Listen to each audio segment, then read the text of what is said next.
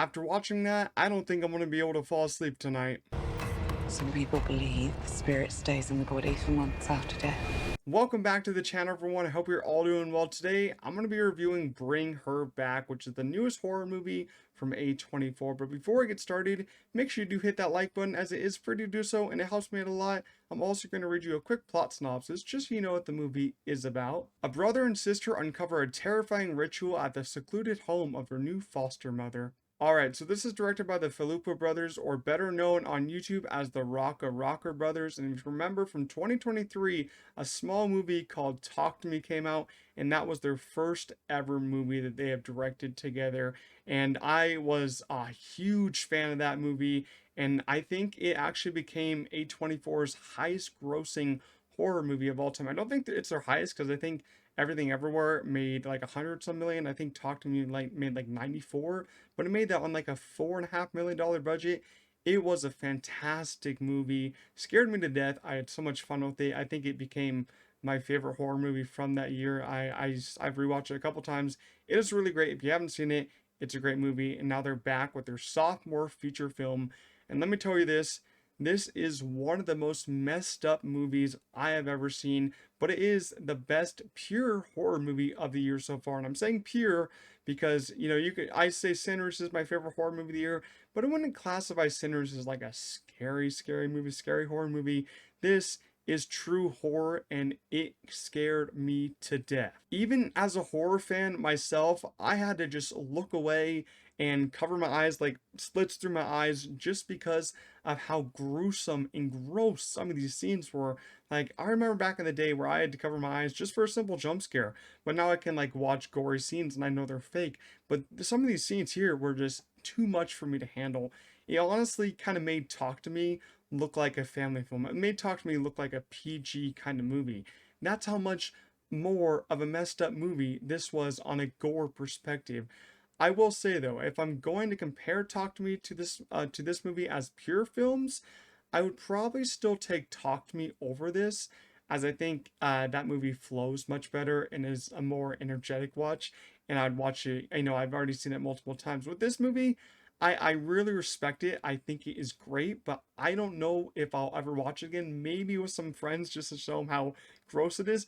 But this is a much harder movie to watch. Now back to the gore, because I don't think some of these scenes are going to leave my mind for some time. I'm not going to go into detail and ruin some of these moments for you, but just be prepared when you see a knife.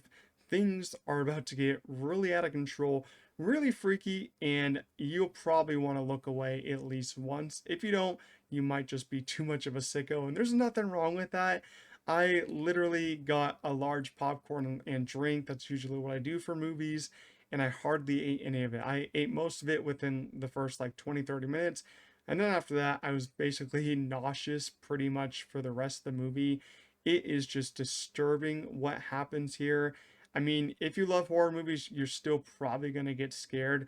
But even though this is a horror movie and the scares are great, at the center of this film is a true drama discussing the themes of grief and what it does to a person in good ways and bad ways. I thought the writing and direction in particular were just stunning, and as I said before, this is only Danny and Michael's second movie, which is nuts to think about, as they haven't missed yet. Their attention to detail is so strong, and with this and Talk to Me, they like to have some fun moments in their films before grossing you out, which is a thing I respect.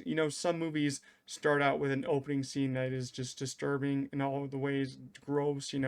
People get shot, people get mutilated.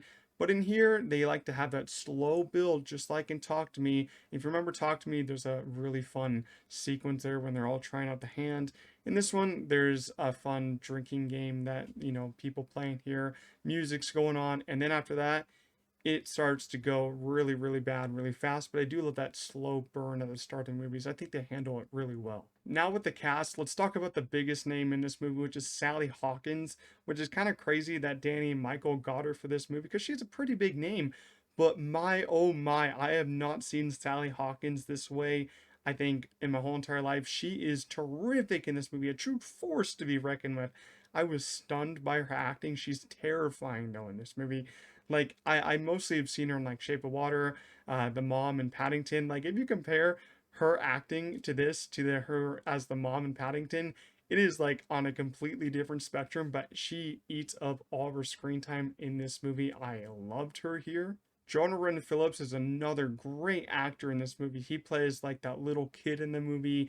He's very messed up, you can see from the trailer. I won't get into details about why he's messed up, but he does some of the scariest stuff in the movie. I basically had to look away whenever he was on screen, but he gives a great performance without having to say too many words. Billy Barrett and Sora Wong are also really good in this movie. The brother and sister in this movie, kind of like the emotional heart of this movie, and I really did and believe in their relationship here, so I really like them too. The only big negative I had was I don't think the evil and the lore are that well explained, as you only see this sort of ritual happening on the TV screen in the background. And I wish we had some flashback to see what the whole process of this ritual was and how it takes place, where it originated. I wish we got a little bit more details on that lore, but that's just a small negative from me. Some other quick positives are that the atmosphere that was built here is really haunting and gets under your skin, and the score is minimal, but it makes a strong impact during some of the bigger scenes here. Bring Her Back is another great movie from the Filippo brothers, and I have now gone 2 for 2.